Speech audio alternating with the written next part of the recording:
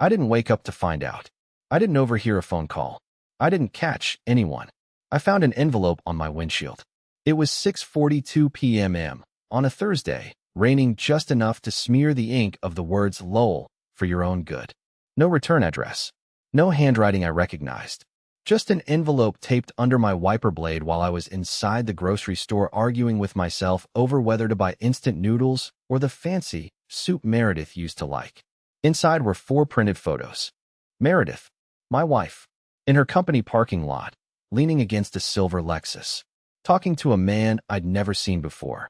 One photo of them laughing, one of him handing her a coffee, one of her hand on his sleeve, one of him leaning too close to her window, and a 5th photo, a blurred screenshot of a text message. He's still upset. Don't worry, I'll calm him down. I drove home in silence with the envelope on the passenger seat, feeling like someone had handed me a live grenade. She was already there, on the couch, watching some home renovation show. Like nothing in the world was wrong. When I asked about the envelope, she blinked once, twice, like a cat pretending it didn't knock the glass off the counter. Oh my God, are you serious? She said. That's Jeremy. He's my coworker. He gives me rides sometimes. You're being ridiculous. But the pictures, the message, the envelope. I didn't yell. I didn't slam anything. I just sat down, dripping rainwater onto the carpet, holding those photos like evidence in a trial no one else believed was happening. Why would someone send me this? I asked. She rolled her eyes. Because people are jealous. Because they want to ruin what we have. Lowell, you can't let strangers do this to you. But it wasn't a stranger who put his hand on her sleeve. That night, I didn't sleep. I lined the photos up on the kitchen table like a puzzle. I imagined her laughing with him the way she used to laugh with me. I imagined her saying, "You're being ridiculous," to him too, just to keep him hooked. At 3 a.m., I went outside to my car, sat in the driver's seat, and stared at the empty spot where the envelope had been taped. The rain had stopped. Everything looked exactly the same, except me. And that was before the dinner. The one where she would stand up for him, not me, and I would finally say the words that broke everything. I wish I could say I threw the photos in her face, that I flipped the table, screamed, demanded answers like some movie character with backbone and presence. But no, I folded them back into the envelope like a librarian returning overdue pages. I placed it on her nightstand. No note, just silence. It was my way of saying, I saw it. I'm not blind, and I'm still here. That's what makes me hate myself the most, the fact that I stayed. For 4 more days. For more mornings of brewing her coffee like always. For more nights of pretending her phone face down didn't mean anything. I even reheated her leftover pasta one night like some obedient little golden retriever. All while that envelope sat by her bedside like a ticking bomb with no beeping sound. But the dinner was already scheduled. Friday. A celebration, she said. Jeremy had just closed some big client account, and the team was doing a low-key dinner at a downtown place. She said I should come, to show them who you really are. I wanted to say who do you think I am, but I bit my tongue so hard I tasted copper. We drove in silence. She hummed along to the radio. I stared at the windshield like I was waiting to crash. I kept thinking, this is your moment, Lowell. Ask her again. Demand the truth. But instead, I asked if her headache from yesterday had gone away. The restaurant was some exposed brick, Edison bulb place with distressed menus and cocktails named after dead poets. Jeremy was already there. Of course. Wearing a charcoal blazer over a t-shirt like he invented casual success. He stood up and kissed her on the cheek. Not dramatically, not inappropriately, just familiarly. Too familiarly. When she introduced me, he shook my hand with that performative tight grip guys use when they want to make a point. Finally, he said, the famous husband. And then he smiled, not at me, but at her. Like they were sharing a private joke that I didn't have the clearance for. Dinner was unbearable. I nodded through stories I didn't care about, laughed at jokes I didn't understand. And I kept noticing how she leaned in when he spoke. How he complimented her incredible eye for detail, and she blushed like a teenager in homeroom. At one point he reached across to refill her wine glass, not mine, and she said, "You always take care of me," without even glancing in my direction. Then came the moment. Someone made a passing comment about how those in the field have it tougher than those working remote, and Jeremy laughed and said, "Yeah, I mean, it must be nice to work in your pajamas and still feel like you contribute." The table chuckled. Not a big laugh. Just a ripple. And Meredith? She said, "Come on, Jeremy, be nice. Lowell does a lot." But it wasn't defensive. It wasn't even kind. It was the tone you use when a child shows you a crayon drawing and demands applause. I swallowed hard. The food tasted like cardboard. My throat was dry, but my eyes were wet, and I don't know if it was rage or heartbreak or both. Probably both. And then I said it. Calmly. Clearly. With no performance. Just truth. You stood up for him more tonight than you've stood up for me all year. The table froze. Her face drained color. She opened her mouth to respond, but I wasn't done. I turned to Jeremy. "Do you always flirt with married women, or is it just the ones with low self-esteem?" Someone gasped. I think it was the intern sitting next to me. Doesn't matter. I stood up, buttoned my jacket, tossed a 20 on the table even though we hadn't gotten the check. And I left. She didn't follow me. She didn't even text me that night. I slept in the car, parked 2 blocks away from home, wondering how long someone has to ignore the truth before it becomes betrayal. But I didn't even know the half of it yet. What happened the next day broke whatever pieces I had left. The next morning, I half expected her to be gone. I imagined walking into the bedroom to find an open suitcase, an empty closet, a post-it note with some vague, spineless excuse. "We need time apart." But no, she was still there, still asleep, still beautiful in that maddening, unreachable way. The envelope I'd left on her nightstand was gone. No trace of it. Like maybe she'd shredded it and flushed it, or burned it in the sink. Like it had never existed, except it had. Every picture still burned behind my eyes. I made coffee like I always did. The grinder was too loud. The floor creaked too much. The normal sounds of our kitchen felt like an audience waiting for something awful to happen. She came in around 8:10, in leggings and one of my old hoodies. She looked at me like nothing had happened. No mention of the dinner. No apology. No, we should talk. Just, "Can you pass me the oat milk?" And I did. Like a trained dog.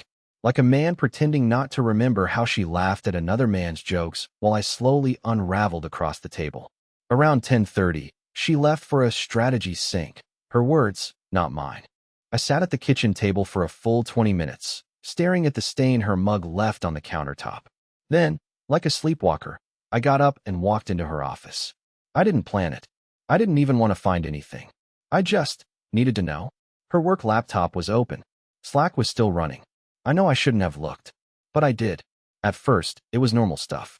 Channels named #TrainingAll, #client updates, #FunFriday. Lots of GIFs. Inside jokes. Polls about what kind of pizza to order. I was about to log out and go sulk in peace when I saw the DM tab in the sidebar. Jeremy Shard. Something in my chest clicked. Not snapped. Not yet. Just clicked. Like a lock turning halfway open. I clicked on the thread. I expected flirting. I expected emojis. I even braced myself for a half-naked selfie. What I didn't expect, what absolutely shattered the floor beneath me, was how intimate the messages were without ever being sexual. "Jeremy, just be patient with him. He's spiraling because he feels useless." "Meredith, I know. I try not to say anything that triggers it. But God, it's exhausting sometimes." "Jeremy, you shouldn't have to downplay your shine to babysit his feelings." "Meredith, I know. I love him, but I hate walking on eggshells just because I'm doing well and he isn't." No heart emojis. No kissing faces. Just honesty, the kind you only share with someone who's become your real partner, your emotional home. I closed the laptop. I stared out the window.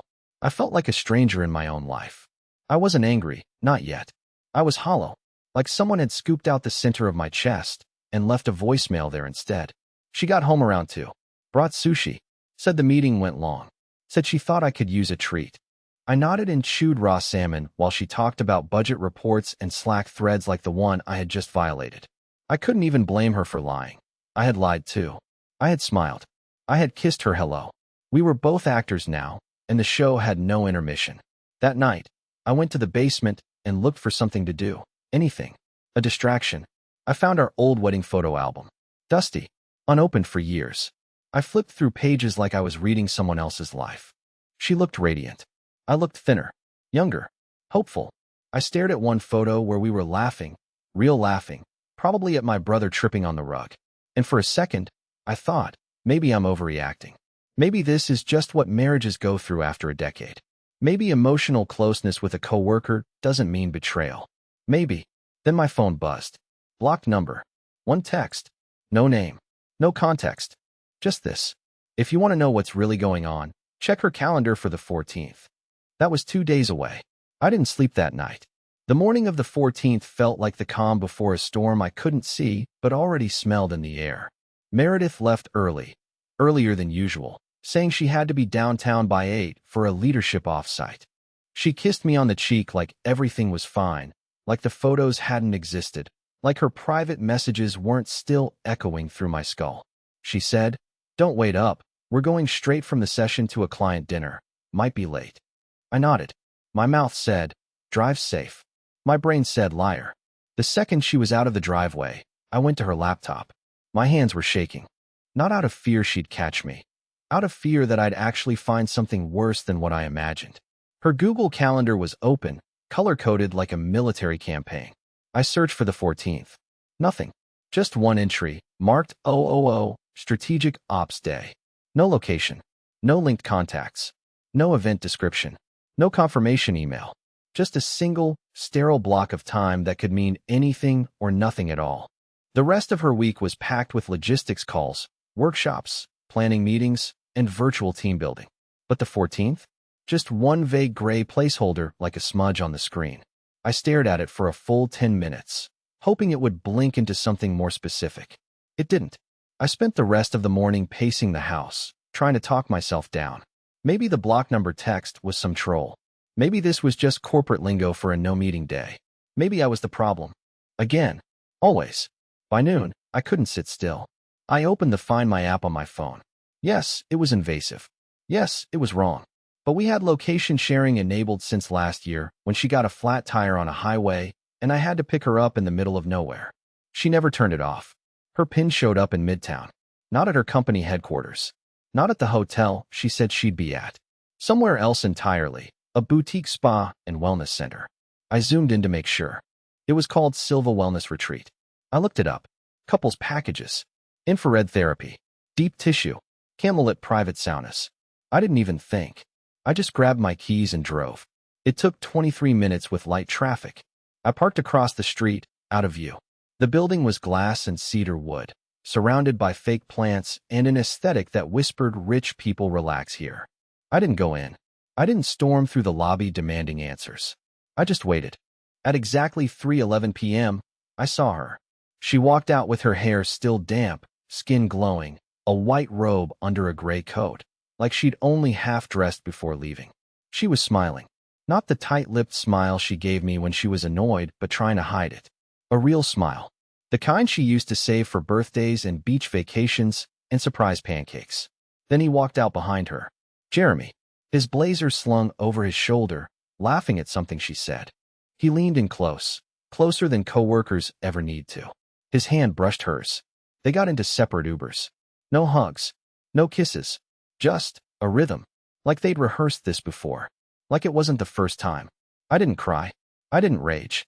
I just sat there, watching the raindrops start to build on my windshield, blurring their silhouettes like the universe was trying to spare me the clarity I didn't want. I waited another 10 minutes before driving home. Every second behind the wheel felt like I was peeling back the layers of denial I'd so carefully built over the past year. Every red light gave me time to ask new questions I didn't want answers to. Was this new? Was this happening the whole time? Had she picked him long before I even realized I was in a competition? When she got home that night around 7:40, I was sitting on the couch with the TV on mute. She walked in like nothing happened, humming. I asked, "How was the offsite?" She smiled. "Long, productive. I'm drained." I didn't say anything. Not right away. I just studied her face, calm, unbothered, completely unaware that I had seen everything. She kissed the top of my head and walked into the kitchen. She poured herself wine. She didn't ask if I wanted any. That night, I didn't sleep again. I just stared at the ceiling and repeated her last words over and over in my head. "I'm drained." Yeah, Meredith. So was I? I didn't plan to open her mail. I really didn't. It came 2 days after the spa. A small padded envelope addressed to Meredith. No return sender, handwritten in all caps. I found it in the mailbox wedged between junk coupons and a property tax notice. Something about it just looked intentional. There was no company logo, no promotional garbage. Just Meredith Lowell, private. I stood in the driveway, turning it over in my hands. My heart was hammering again, the same way it had the day I saw her hand on Jeremy's sleeve. I told myself I'd leave it on the counter like a good husband. But that voice was small now. Weak. The envelope was already open before I made it inside. Inside was a folded piece of paper. Old school, no email, no QR code, and a single black and white photo, printed on standard copy paper. The note said, "You don't know me, but I know them. He did the same thing to my sister. She thought she was special too. Ask her where she really was on July 8th. That was it. The photo was a grainy shot of Meredith and Jeremy in a hotel lobby. Not a romantic embrace. Nothing inappropriate. But her hand was on his chest, resting there casually, while he held a phone in one hand and a room key in the other. The timestamp said July 8th, 9:14 p.m. I stood there, frozen, the afternoon sun burning the side of my face, while I felt like someone had opened the floor beneath me again. My knees almost buckled. July 8th. My birthday. The night she said she was in Chicago for a venue scouting trip. I remember now. She called at 10, said she was exhausted, said she'd make it up to me when she got home. She lied on my birthday. I sat down on the bottom stair inside the house, the note in one hand and the photo in the other, and I thought, who the hell is this woman? Who sends anonymous warnings like some private investigator in a bad TV drama? I should have told Meredith right then. I should have confronted her, shown her the photo, demanded the truth. But instead, I did what I always do. I waited. I waited until she came home from work. I waited through her opening the fridge, commenting on how we were out of almond milk, scrolling her phone like I wasn't sitting 3 feet away gripping photographic proof that she'd spent my birthday in a hotel lobby with another man. Then I asked, casually, "Hey, where were you on July 8th again?" She blinked, surprised. "Chicago. Why?" I shrugged, just wondering. I was going through some old texts, trying to remember where you stayed. She hesitated. Not long, just half a second, a micro-expression most people wouldn't notice, but I did. Then she said, "The Belgrave Hotel. Downtown. You remember, I told you. What's this about?" I smiled. No reason. I didn't sleep again that night. I opened a blank document on my laptop and started typing everything I could remember. Timelines, quotes, dates, names. Like I was building a case. Like I was the only one left who cared about the evidence. The next morning, I called the number on the note. It was written faintly on the back, in pencil, like an afterthought. It rang twice before a woman answered. Her voice was low, tired, like someone who had told this story too many times already. Her name was Ray. Her sister had been engaged to Jeremy 2 years ago. He'd cheated on her with a coworker. Multiple times. Always followed the same pattern. Intense emotional bonding, slow alienation from partners, subtle gaslighting, and then silence. Ray said, "I saw your wife on his Instagram. In the background of a staff dinner. Same smile, same body language." I recognized the playbook. I asked how she got my address. She said, "The same way I got yours. You weren't hard to find. He's not as private as he thinks he is." She paused. Then she said, "If you want more, I have it. But you won't like what you see." I didn't respond. Because she was wrong. I already didn't like what I was becoming. And what she sent me the next day, video footage, would change everything I thought I knew about the timeline and about Meredith. The footage arrived via encrypted link. Ray sent it at 6:42 a.m., like she hadn't slept, like she knew I wouldn't be sleeping either. Her message was short. "You asked for the truth. This is from July 9th, lobby cam.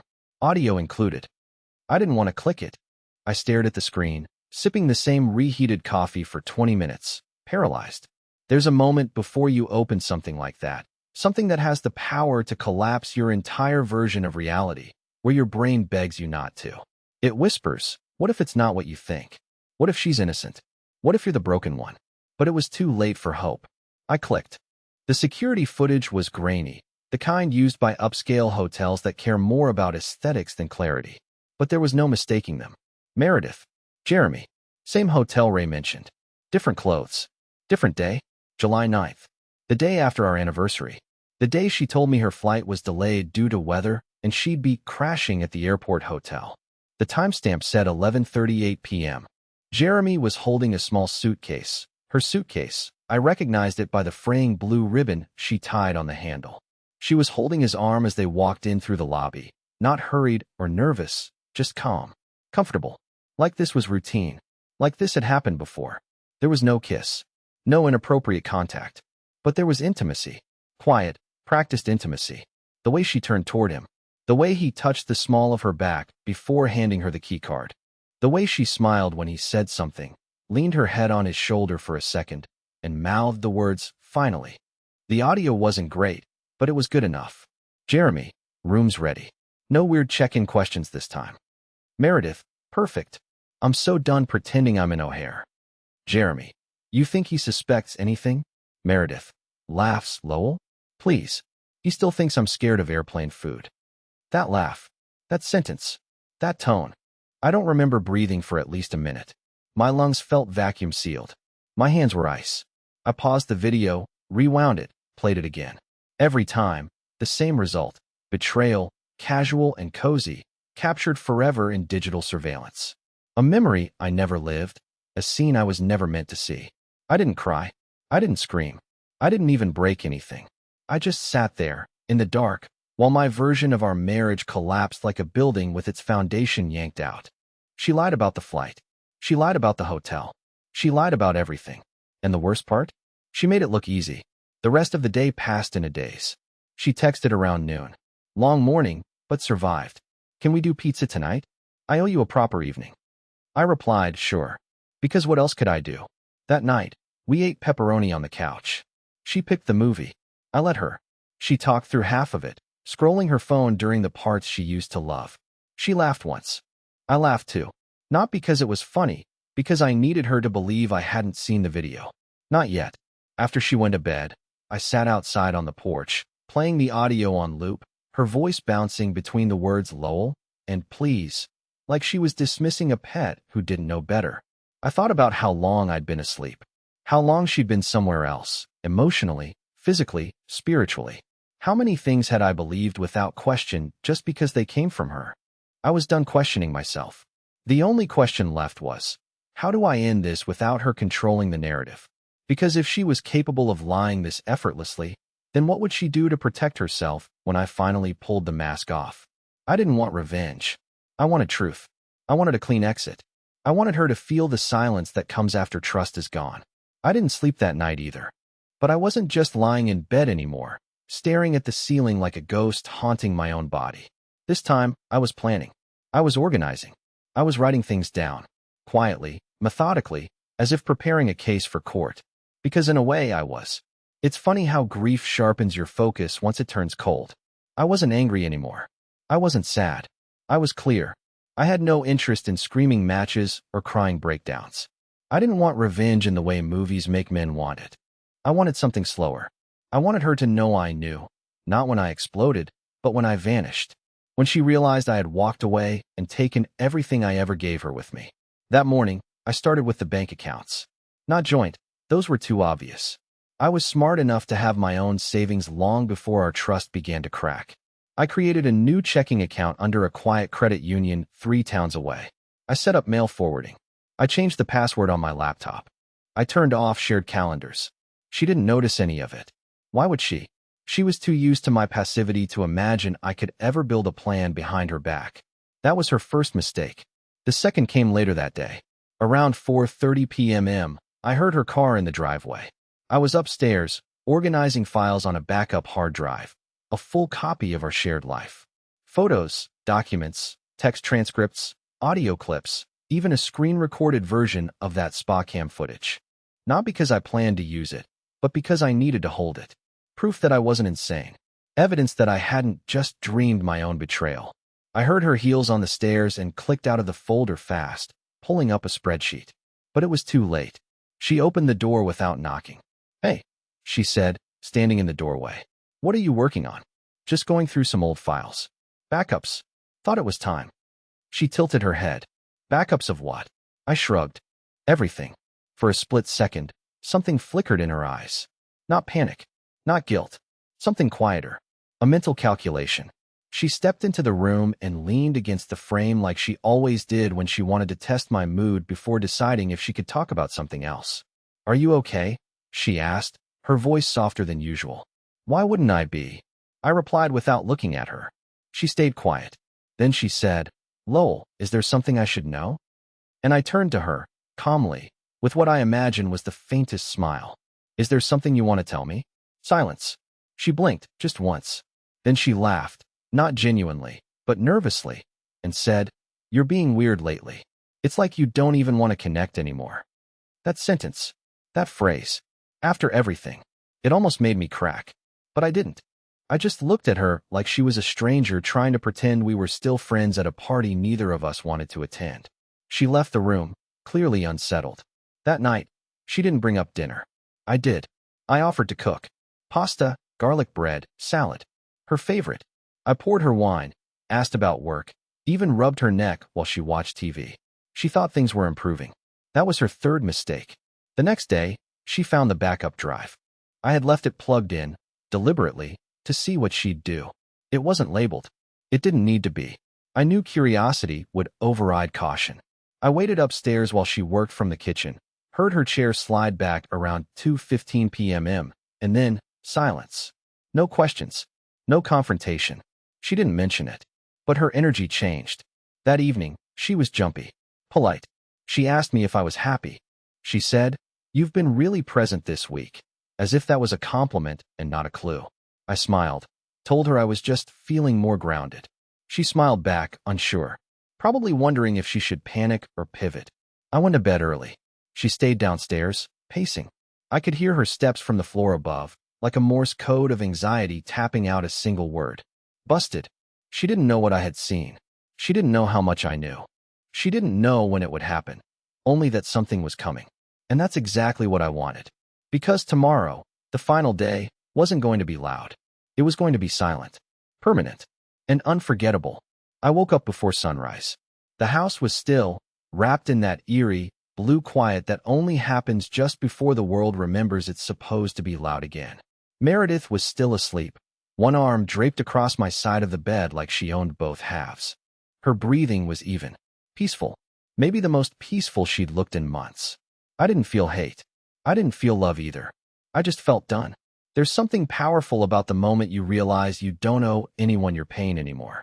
That healing doesn't require closure. That walking away without screaming can be the most thunderous thing you ever do. I showered. I dressed. Packed 2 bags I had hidden in the trunk of my car for days now. One with clothes, the other with the things that mattered. My documents. My savings. My laptop. The backup drive. The wedding album. I left that behind. I left a note on the kitchen counter. Not dramatic. Not bitter. Just the truth. Meredith, I know everything. There won't be a scene. There won't be a fight. Just distance, permanent and necessary. You made your choices. Now I'm making mine. Please don't contact me. I've already said everything I needed to, even if not out loud. I didn't sign it, love. I didn't call her Mir. I didn't need to. I locked the door behind me for the last time and didn't look back. I drove 3 hours west to a quiet Airbnb I'd booked under a different last name.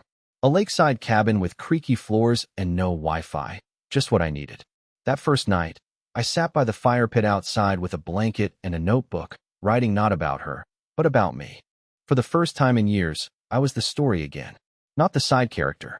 Not the one orbiting someone else's gravity. And it felt okay. No fireworks. No epiphany. Just breath. Space. Ray and I texted once more. I thanked her. She said, You'll be all right. You sound like someone who finally got off a sinking ship. She was right. The weeks that followed weren't perfect. There were nights I stared at the ceiling, wondering what parts of my marriage were ever real. But there were also mornings I woke up with sunlight on my face and a strange new feeling in my chest. Relief. Eventually, I started running again. Reading. I opened a quiet little freelance consultancy, working with a handful of clients on my terms. I moved into a small 1-bedroom apartment downtown with exposed brick and a ridiculous view of nothing, and I loved it. One evening, months later, I saw a couple walking across the street. She leaned on his arm the way Meredith used to with Jeremy. I felt a flicker of pain. Then, just as quickly, it passed. Not because I didn't care anymore, but because I finally did, about myself. That was the win. Not destroying her. Not exposing him. Just reclaiming me. I was never the man she truly saw.